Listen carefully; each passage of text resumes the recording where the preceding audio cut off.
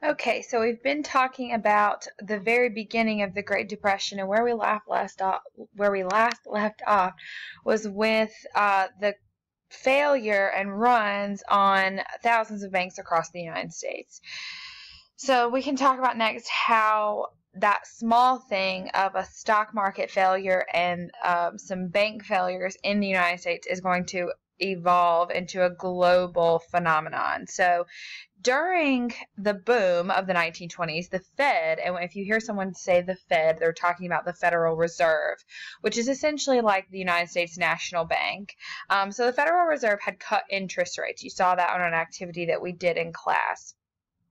They cut interest rates to encourage loans and lending from banks because they wanted to help boost the economy. They wanted to see houses bought, and they wanted to see businesses started and things like that.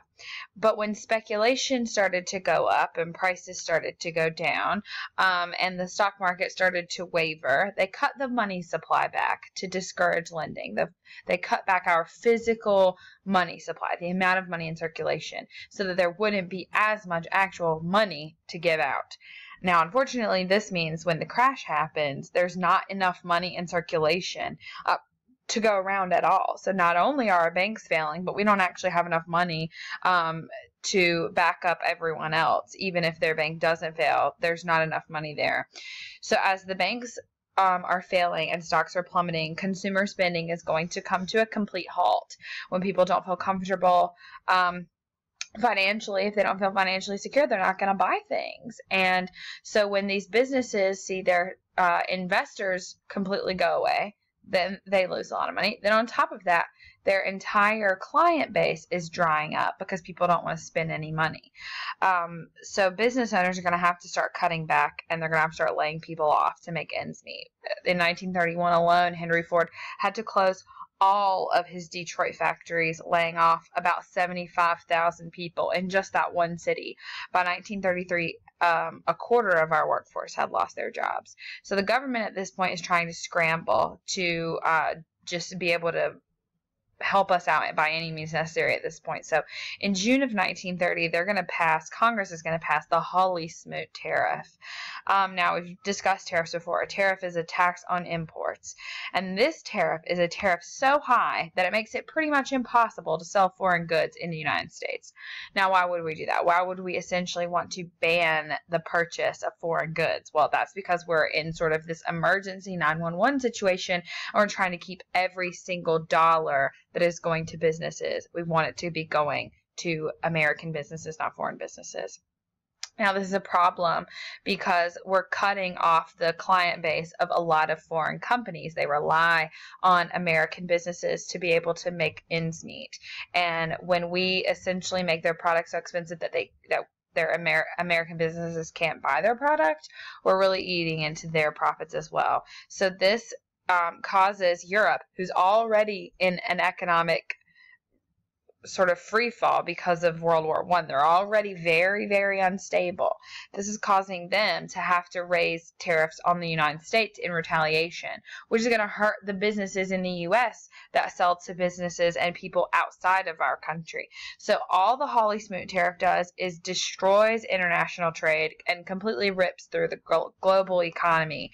And the global economy was already fragile because it was way too dependent on the United States. We were sort of the only foundation that was there. And when this happens and we sort of send everyone else into a depression, Germany has to stop making their reparation payments to Great Britain, France, and the United States because they don't have, they want to be able to hold on to any bit of money that they do have. And when they stop making their payments, Great Britain and France can't afford to pay back their loan payments to us. And when we can't get that money back, we can't afford to give any loans to any other countries, and they start to experience the same cycle of crash and failure that we had been experiencing. So it's a very big problem. You can see on this graph how everyone takes, obviously we take sort of the biggest dip because we were at the highest point, but everyone takes sort of a little bit of a dip here in 1930. Everyone is going to take a little bit of a drop, even if it's not a big one. Like if you look at Hungary's line. That's not a very big drop, but it is a drop nonetheless. Same for Argentina. They see a drop. France sees a drop. Belgium sees a drop. We all do, and that's really because of how dependent everyone was on the U.S. economy.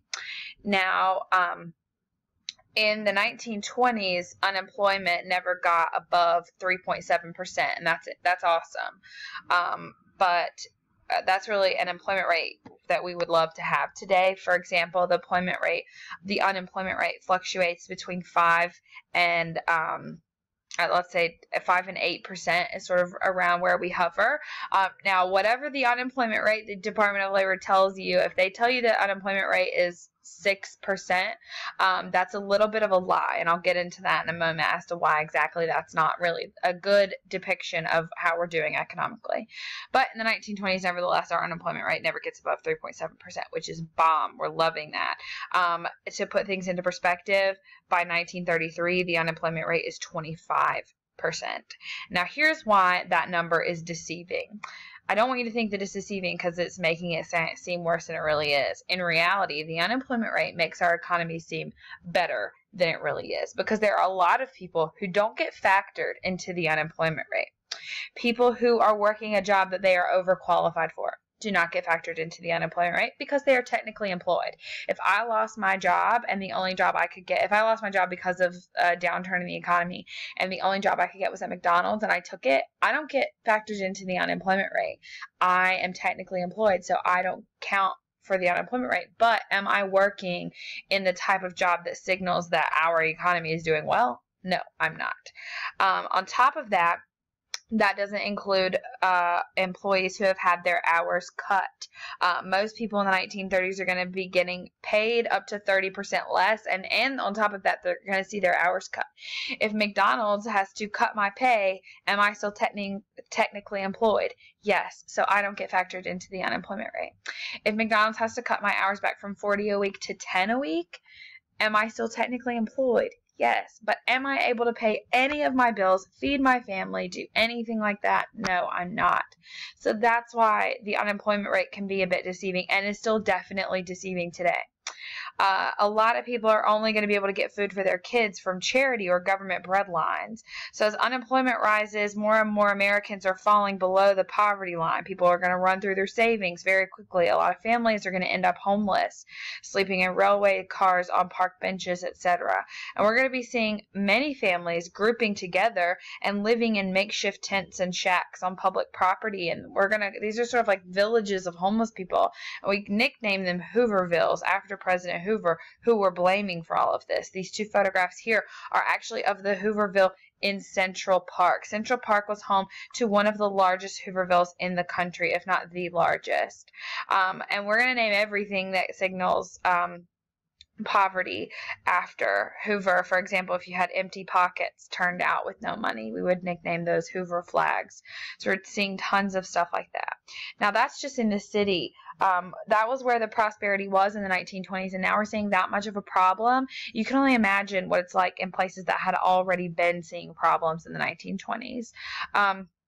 The Great Plains had started to experience a very harsh drought that's going to last for several years in the 1930s. So if the economic problems weren't difficult enough, we're going to add on top of it climate and a natural disaster problem, an environmental problem.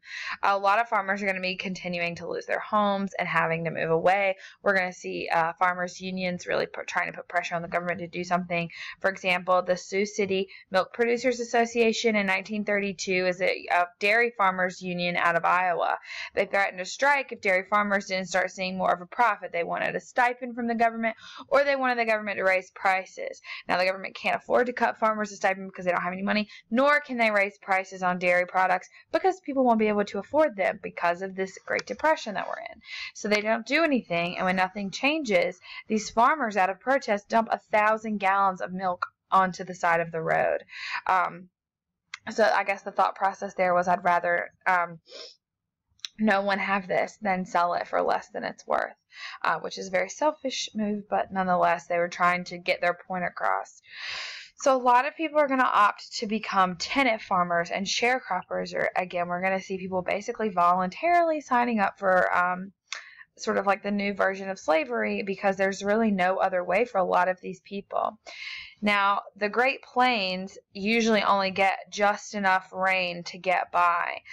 So this drought was very severe. Not getting any rain at all is going to cause a lot of problems. Add on top of that, these new intensive farming techniques that we'd been using during World War I in the 1920s had really destroyed a lot of the land and left a lot of loose topsoil, like loose dirt, all over the ground for thousands of miles across the Great Plains.